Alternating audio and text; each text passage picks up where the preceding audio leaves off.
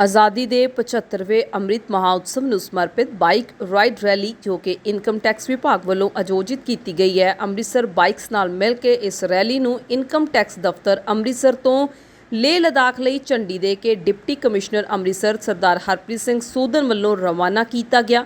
ਇਸ ਮੌਕੇ deputy commissioner ਨੇ ਦੱਸਿਆ ਕਿ ਇਹ ਬਾਈਕ ਰੈਲੀ ਪਹਿਲਾਂ ਵਾਘਾ ਬਾਰਡਰ ਅਤੇ ਇਸ ਤੋਂ ਉਪਰੰਤ ਪਾਲਮਪੁਰ ਤੋਂ ਹੁੰਦੀ ਹੋਈ ਲੇਹ ਲਦਾਖ ਵਿਖੇ ਪੁੱਜੇਗੀ। 15 ਦਿਨਾਂ ਬਾਅਦ ਵਾਪਸ ਅੰਮ੍ਰਿਤਸਰ ਆਵੇਗੀ। ਡਿਪਟੀ ਕਮਿਸ਼ਨਰ ਨੇ ਦੱਸਿਆ ਕਿ ਇਸ ਰੈਲੀ ਦਾ ਮੁੱਖ ਮਕਸਦ ਦੇਸ਼ ਦੇ ਲੋਕਾਂ ਨੂੰ 75ਵੇਂ ਆਜ਼ਾਦੀ ਮਹਾਉਤਸਵ ਸੰਬੰਧੀ ਜਾਗਰੂਕ ਕਰਨਾ ਹੈ। ਇਹ ਰੈਲੀ ਦੇਸ਼ ਦੇ ਵੱਖ-ਵੱਖ ਹਿੱਸਿਆਂ ਦੇ ਲੋਕਾਂ ਨੂੰ ਜਾਗਰੂਕ ਕਰਦੀ ਹੋਈ ਲੇਹ ਲਦਾਖ ਪਹੁੰਚੇਗੀ। ਇਸ ਮੌਕੇ income tax commissioner Tarlochan Singh ਨੇ ਇਸ ਬਾਈਕ ਰੈਲੀ ਦੀ ਅਗਵਾਈ ਕੀਤੀ। ਇਸ ਮੌਕੇ income tax commissioner Tarlochan Singh ਨੇ ਇਸ ਬਾਈਕ ਰੈਲੀ ਦੀ ਅਗਵਾਈ ਕੀਤੀ। ਇਸ ਤੋਂ ਇਲਾਵਾ ਵਧੀਕ commissioner income tax Rohit Mehra, Kruthik ਐਂਪਟੀਅਰ ਸਹਾਇਕ ਕਮਿਸ਼ਨਰ ਆਮਦਨ ਕਰ Sardar Balbir Singh Mangar, joint commissioner custom ਤੋਂ ਇਲਾਵਾ ਹੋਰ ਅਧਿਕਾਰੀ ਵੀ ਮੌਜੂਦ ਰਹੇ। ਇਹ ਜਿਹੜੀ ਰਾਈਡ ਹੋ ਰਹੀ ਹੈ ਇਹ ਆਜ਼ਾਦੀ ਕਾ ਅੰਮ੍ਰਿਤ ਮਹੋਤਸਵ ਇਸ ਨੂੰ ਮੁੱਖ ਰੱਖਦੇ ਹੋਏ 75 ਸਾਲ ਜਿਹੜੇ ਸਾਡੀ ਆਜ਼ਾਦੀ ਨੂੰ ਹੋਏ ਨੇ, ਇਹਨਾਂ ਦੇ ਕੇਂਦਰ ਸਰਕਾਰ ਤੇ ਪੰਜਾਬ ਸਰਕਾਰ ਦੇ ਕਈ ਸਾਰੇ ਸਕੀਮਸ ਹੈਗੀਆਂ ਨੇ, ਉਸ ਨੂੰ ਅਨਾਉਂਸ ਕੀਤਾ ਹੋਇਆ ਹੈ ਤੇ ਉਸ ਹਫਤੇ ਨੂੰ ਇਸ ਮਹੋਤਸਵ ਨੂੰ ਮਨਾਉਂਦੇ ਹੋਏ ਇਹ ਰਾਈਡ ਆਰਗੇਨਾਈਜ਼ ਕੀਤੀ ਗਈ ਹੈ। ਇਹ ਰਾਈਡ ਤਕਰੀਬਨ 15 ਦਿਨਾਂ ਦੀ ਹੈਗੀ ਹੈ। ਇਹ ਅੰਮ੍ਰਿਤਸਰ ਤੋਂ ਚੱਲ ਕੇ ਪਹਿਲਾਂ ਪਾਲਮਪੁਰ, ਫਿਰ ਜਿਸਪਾ ਔਰ ਅੱਗੇ ਤਕਰੀਬਨ ਸਾਰੇ ਦੇ ਸਾਰੇ ਅਨਐਕਸਪਲੋਰਡ ਰੋਡਸ ਜਿਹੜੇ ਹੈਗੇ ਨੇ, ਤਕਰੀਬਨ ਸਾਰਾ ਟਾਈਮ ਆਫ ਰੋਡਿੰਗ ਹੋਏਗੀ।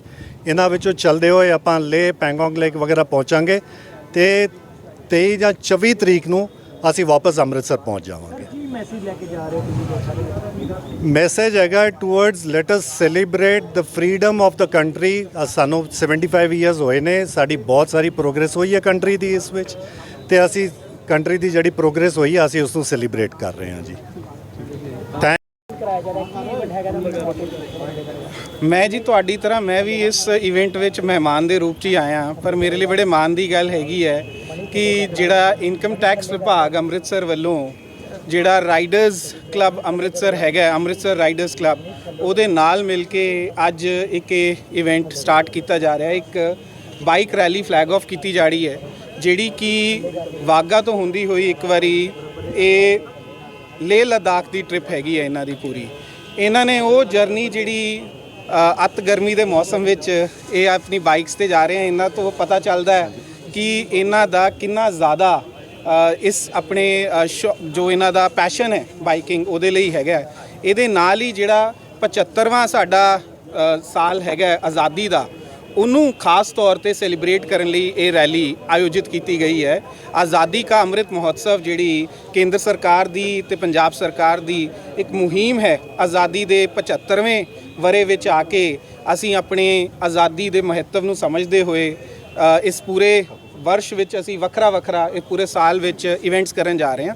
ਉਹਨਾਂ ਦੀ ਲੜੀ ਵਿੱਚ ਹੀ ਇਹ ਇਨਕਮ ਟੈਕਸ ਵਿਭਾਗ ਦੀ ਇੱਕ ਪਹਿਲ ਹੈਗੀ ਹੈ ਤੇ ਮੇਰੇ ਲਈ ਵੀ ਬੜੇ ਮਾਣ ਦੀ ਗੱਲ ਹੈ। ਇਹਨਾਂ ਨੇ ਮੈਨੂੰ ਇਸ ਲਾਇਕ ਸਮਝਿਆ ਕਿ ਮੈਂ ਆ ਕੇ ਸ਼ਮੂਲੀਅਤ ਕਰ ਸਕਾਂ ਇਹਦੇ ਵਿੱਚ। ਕਿੰਨੇ ਦਿਨ ਦਾ ਇਹ ਹੋਏਗਾ ਪੂਰਾ ਤੇ ਕਿਹੜੇ ਪੜਾਵਾਂ ਹੁੰਦਾ ਹੈ?